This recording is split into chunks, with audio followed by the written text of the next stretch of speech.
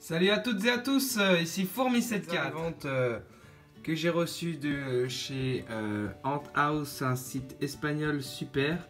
Alors c'est pas un placement de produit, mais si jamais j'ai des followers qui veulent se procurer des jeans, voilà, des rennes de fourmis pas très chères, d'aller sur leur site, ils envoient très rapidement. Alors, comme vous pouvez voir, j'ai fait ça dans moi-même, un peu à l'arrache, dans un sorte de Tupperware en plastique que j'ai récolté de mon travail, sachant que je travaille dans une animalerie.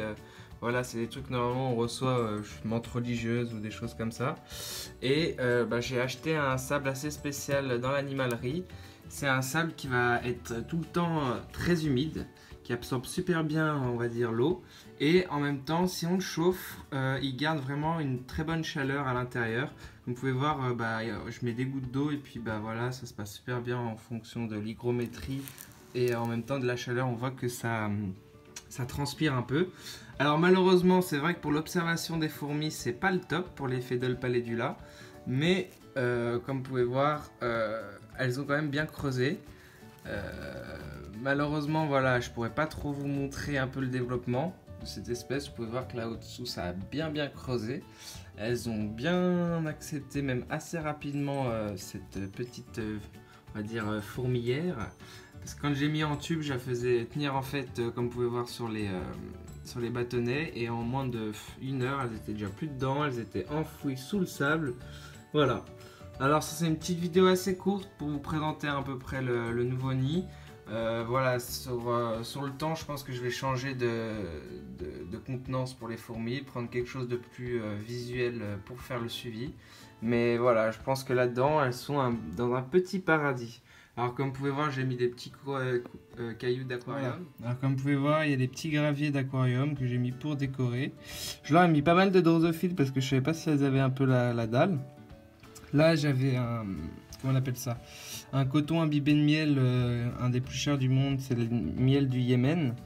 Vous pouvez en trouver facilement sur la boutique 1001 nuits. Voilà, ce n'est pas un placement de produit aussi, mais c'est juste pour vous tenir au courant si vous voulez acheter du bon miel. Voilà, bon, il y a un gel dépotoir qu'elles ont trouvé leur place, ça sera dans ce coin-là, j'imagine.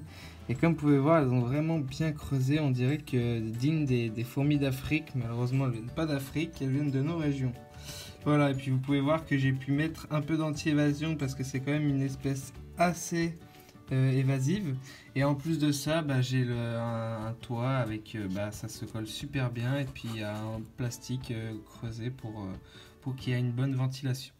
Après voilà, le seul bémol de ce nid là, et si il y a des gens qui veulent créer des nids un peu comme ça dans des pots en plastique, ce que je leur conseillerais, c'est de faire couler du plâtre en fait tout le tour au fond pour en fait maintenir le plastique. Parce qu'au début j'ai fait un peu une connerie, j'ai remarqué ça, c'est que vu que c'est flexible, ça a tendance à tasser le sable, et j'avais une major en fait qui avait creusé le long de la paroi, et en prenant le pot, malheureusement, elle s'était fait écraser.